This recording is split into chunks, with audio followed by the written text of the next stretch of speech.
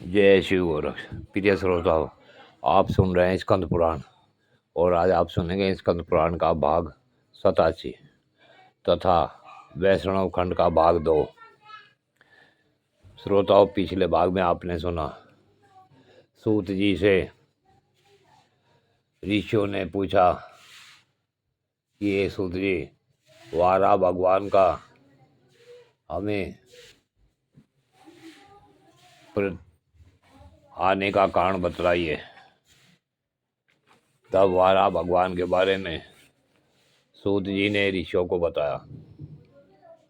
उन्होंने बताया कि भगवान वारा ने पृथ्वी को पाताल लोक से निकलकर ऊपर लेकर आए। जब पृथ्वी बोली कि प्रभु, मेरा उद्धार तो आपने कर दिया, परंतु ये सब पर्वत आदि ये सब क्या है? तब भगवान वाराह ने पृथ्वी को इनके बारे में बताया। पिछली कथा का शेष भाग इस कथा में सुने।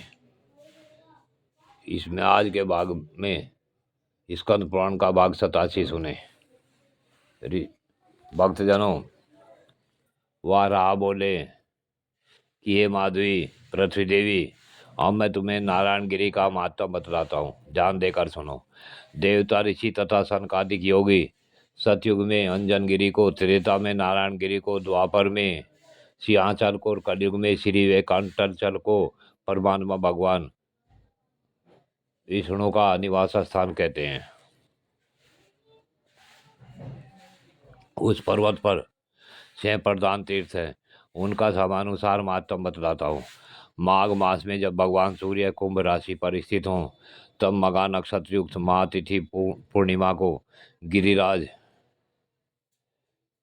वेंकटाचल पर जो कुमार धारी का नाम वाली पुष्करणी है, वह समस्त लोगों को पवित्र करने वाली हो जाती है, जिसके तट पर कृतिका और अग्नि से उत्पन्न पार्वती नंदन स्कंद देव सेना के साथ भगवान विष्णु का पूजन करते हुए निवास करते हैं।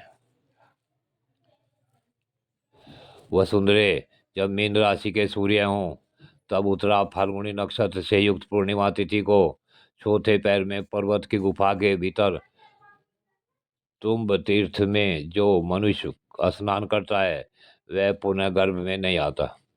जब सूर्यदेव मेष राशि पर स्थित हों, तब चित्रा नक्षत्र से युक्त पूर्णिमा तिथि को पुण्यमय प्रभात के समय आकाश गंगा के जल में स्नान करने वाला पुरुष मोक्ष प्राप्त कर लेता है। सूर्य देव जब वृष राशि पर विराजमान हो, तब वैशाख मास में शुक्ल या कुंभ पक्ष की द्वादशी तिथि को रविवार या मंगलवार का योग होने पर, अथवा शुक्ल या कृष्ण पक्ष में रविवार के दिन पुष्य या हस्त नक्षत्र के योग होने पर, जो मनुष्य संगाव काल में पांडव तीर्थ के भीतर स्नान करता है, वे इस लोक में कभी दुख नहीं पाता तथा परलोक में सुख भोगता है। हे महाभागे, शुक्ल अथवा कृष्ण पक्ष में रविवार के साथ जो सप्तमी तिथि आवे, उसमें यदि पुष्य नक्षत्र अथवा हस्त नक्षत्र आवे, तब गिरिराज वेंकटाचल के शिखर पर वर्तमान पापनाशन नामक तीर्थ में जो स्नान करता है, वह श्रेष्ठ मनुष्य कोटि जन्मोपार्जित पापों से मुक्त हो जाता है। हे भूदेवी, अब तुम एक रहस्य की बात सुनो। अनंत नामक महापर्वत पर मेरे दिव्य मंदिर के वायव्य कोण में शिखर पर स्थित गुफा में देवतीर्थ नाम से प्रसिद्ध एक परम सुंदर सरोवर है। उसमें पुष्य नक्षत्र युक्त बृहस्पतिवार को, अथवा व्यतिपात योग में, अथवा श्रवण नक्षत्र युक्त सोमवार को जो स्नान करता है, उसके पुण्य फल का वर्णन सुनो। इस लोक में जानबूझकर या अनजाने में किए हुए जो कोई भी पाप है, वे सब अत्यंत पावन देव तीर्थ में गोता लगाते ही नष्ट हो जाते हैं। यह सब सुन पृथ्वी बोली, हे भगवान वारा, मैं आपकी स्तुति करता हूँ। हे देव देवेश्वर वारामुख, आपको नमस्कार है। माँ भाव आपकी श्वेत कांति अक्षीर सागर के समान है। वज्र श्रृंग, आपको नमस्कार है। देव, आपकी सहस्र भुजाएं हैं। आपने कल्प के आदि में एक अर्णव के जल से मेरा उद्धार किया है, तभी मैं संपूर्ण जगत को धारण करती हूँ। प्रभु, आप अनेक दिव्य आभूषणों से विभूषित तथा यज्ञ सूत्र से सुशोभित हैं। लाल लाल वस्त्र धारण करते हैं और दिव्य रत्नों से अलंकृत है। आपके चरणारविंद प्रातःकाल उदय होने वाले सूर्य नारायण के समान अरुण कांति वाले हैं। आपको बारंबार नमस्कार है। आपका बल और पराक्रम महान है। आपके श्री अंगों में दिव्य चंदन का आलोक लगा हुआ है और कानों में तपाए स्वर्ण के कुंडल झिलमिला रहे हैं।